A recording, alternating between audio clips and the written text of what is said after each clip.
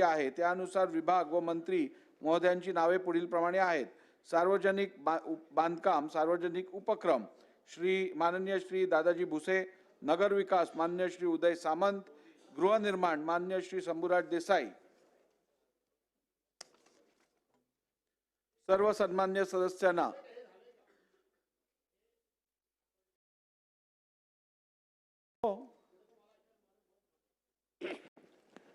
अध्यक्ष महोदय, हा थोडासा विषय आता समोर आला तो मागच्या वेळेला सभागृहामध्ये संबंधित खात्याचे मंत्री हजर असताना सुद्धा इतर मंत्री या संदर्भामध्ये त्यांच्या संबंधित विषयाची उत्तर देत होते। अध्यक्ष महोदय, सर्वसाधारणपणे प्रथा आता हल्ली दादा सुद्धा त्यावर काही भाष्य करत नाहीत, वळसे पाटील काही बोलतच नाहीत।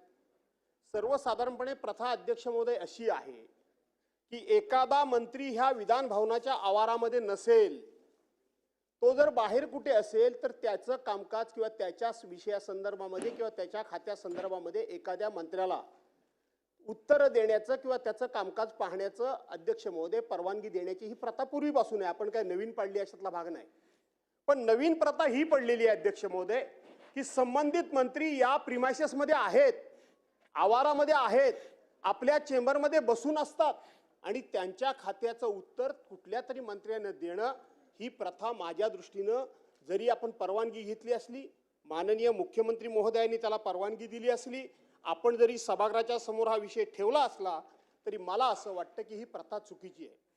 मंत्री संबंधित असताना वास्तविक सभागृहामध्ये असे प्रसंग अध्यक्ष महोदय बरेच वेळेला आलेले आहेत। काय आलेत की एखादा ज्युनियर मंत्री असेल, एखादा राज्यमंत्री असेल आणि त्याला जर समोरच्या सदस्यांनी प्रश्नाचा भडीमार करून जर भांडावून सोडला असेल तर सभागृहातला सिनियर मंत्री त्याच्या मदतीला त्याच्या संमतीने जाऊ शकतो, न पेक्षा त्याच्या खात्यामध्ये दुसऱ्या मंत्र्याला हस्तक्षेप सुद्धा करता येत नाही, उत्तर सुद्धा देता येत नाही।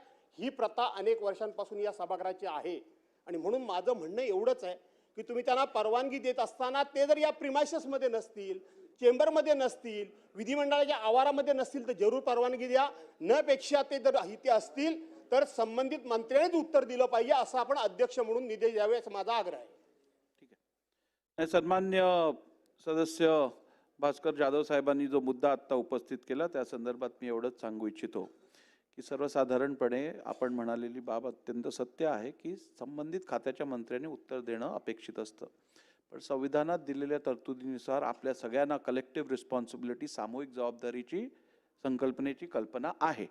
तसं असल्यामुळे नियमानुसार इतर मंत्र्यांना उत्तर देण्यापासून मी काय थांबवू शकणार नाही। एक नंबर 2, उत्तर देत असताना केवळ आपण एक्सटेम्पो उत्तर देत नसतो, त्या संदर्भातलं ब्रीफिंग घेत असतो, ब्रीफिंग घेतल्यानंतर जबाबदारीपूर्वक उत्तर देत असतो।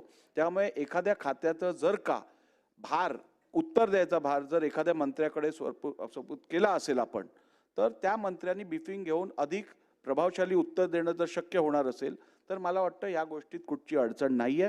त्यामुळे आपण आता पुढे जाऊया। चला आता झालं ना आपण रुलिंग त्याबद्दल काही आमचं कुणाचं काही दुमत असण्याचं कारण आहे अध्यक्ष महोदय। शेवट त्या स्थानी आपण बसले आहेत अध्यक्ष महोदय। अध्यक्ष महोदय, काही वेळा सभागृहामध्ये संबंधित खात्याचे मंत्री उपस्थित असताना सुद्धा आपणच ठरवा, आपण त्या आपल्याला अधिकार आहे त्या सदस्य सभागृहाच्या साहेब मी आपण मांडलेल्या प्रश्नाचं उत्तर आता दिलेलं आहे, रुलिंग दिलेलं आहे, आता ह्याच्यावरती अजून किती बोलायचं आपण? बरोबर नाही? सर्व सन्मान्य सदस्यांना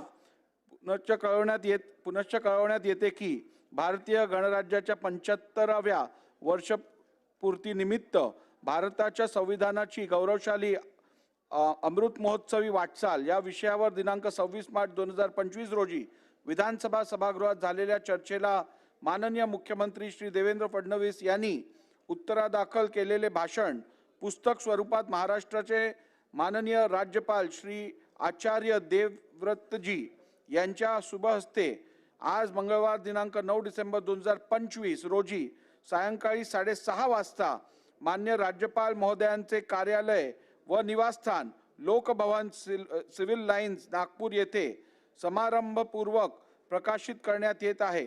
सर्व सन्मान्य सदस्यांनी या पुस्तक प्रकाशन सोहळ्यास उपस्थित राहावे। कार्यक्रमाची निमंत्रण पत्रिका संबंधित विधिमंडळ पक्ष कार्यालयाकडून आपल्याला वितरित करण्यात आली आहे. कार्यक्रमस्थळी 15 मिनिटे अगोदर आसनस्थ व्हावे.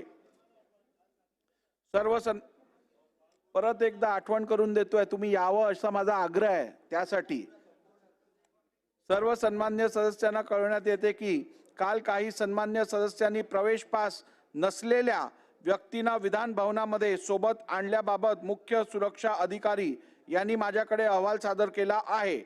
अधिवेशनाच्या पहिल्या दिवस लक्षात घेता सन्मान्य सदस्यांची नावे जाहीर करण्यात मला उचित वाटत नाही.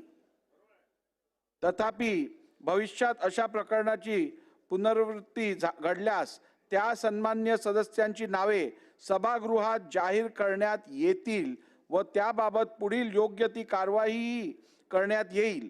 तरी सर्व सन्मान्य सदस्यांनी प्रवेश पास व सुरक्षा विषयक सूचनांचे पालन करून सहकार्य करावे.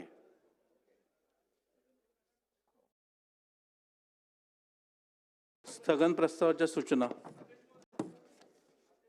सदन नंतर आज प्राप्त झालेल्या सर्व स्थगन प्रस्तावांच्या सूचनांना मी दालनात अनुमती नाकारलेली आहे. माझी आपल्याला नम्रपणे विनंती आहे की आपण दालनामध्ये जरी नाकारला असला तरी एक अत्यंत महत्त्वाचा विषय मी आपल्या निदर्शनात आणून देऊ इच्छितो.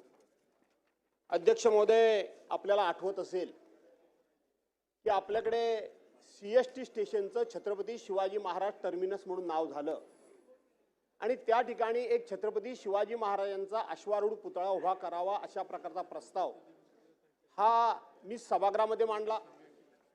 अध्यक्ष महोदय, आपण सांगितलं की तो BSc मध्ये विषय आला पाहिजे. आपण तो BSc मध्ये विषय ऐकून घेतला. त्यानंतर सभागृहामध्ये इथं माननीय मुख्यमंत्री महोदय हजर असताना अध्यक्ष महोदय तो विषय आपण सभागृहामध्ये उपस्थित केला. आज स्थगन प्रस्तावाच्या माध्यमातून मला आपल्याला या निमित्ताने एक गोष्ट लक्षात आणून द्यायची आहे की त्यावेळेला माननीय मुख्यमंत्री महोदयांनी सकारात्मक अशा प्रकारचं उत्तर दिलं.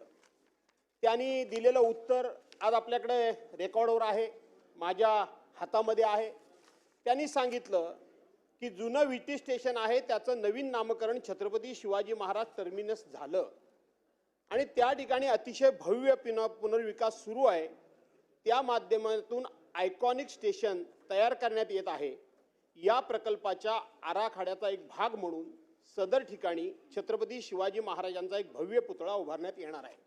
आणि म्हणून भास्करराव, सभागृहाचा आता वेगळा ठराव करण्याची गरज नाही असं माननीय मुख्यमंत्री महोदयांनी सांगितलं, कारण आपला हेतू साध्य होतोय आणि आपण तो सभागृहाचा ठराव आपण अध्यक्ष या नात्यानं तो आपण करावा असा जो माझा आग्रह होता तो करण्याची त्यावेळेला आपल्याला काही आवश्यकता भासलेली नाही.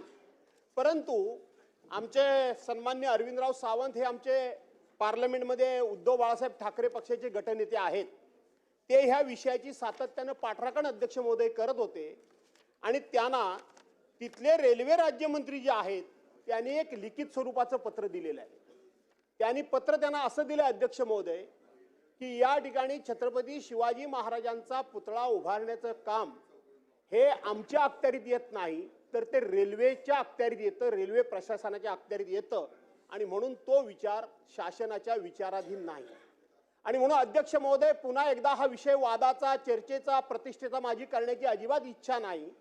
माझी या स्थगन प्रस्तावाच्या माध्यमातून आपल्याला पुन्हा विनंती आहे, माननीय मुख्यमंत्री महोदयांना पुन्हा विनंती आहे, ही सगळी कागदपत्र मी आपल्याला देतो.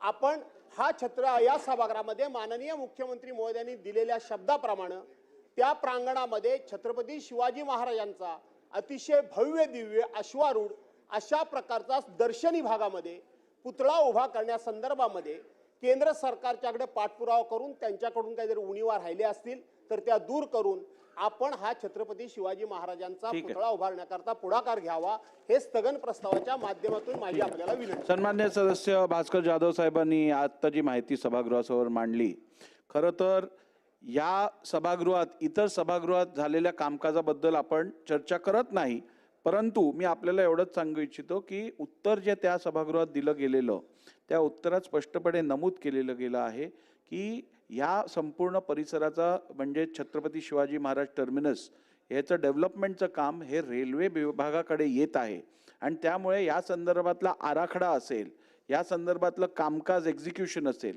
हे सगळं रेल्वे विभागाकडनं होत असल्यामुळे रेल्वे विभाग या संदर्भात आराखडा बनवून त्याची अंमलबजावणी करणार. सन्मान्य मुख्यमंत्र्यांनी पण या संदर्भात तीच भूमिका घेतली आहे की रेल्वे विभागाशी बोलणं झाल्यानंतर रेल्वे विभाग तिकडे संबंधित स्टॅच्यू संबंधित उभारण्यासंदर्भात निर्णय घेत आहे आणि त्या संदर्भात त्यांनी सकारात्मक निर्णय घेतलेला आहे. तरीही आपण मांडलेल्या मुद्द्यानुसार या संदर्भातली परत माहिती घेऊन सभागृहाला अवगत केलं जाईल. ठीक, पुढे जाऊया. चला.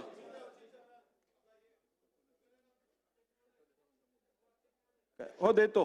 काय बोला लवकर. चला. अध्यक्ष महोदय,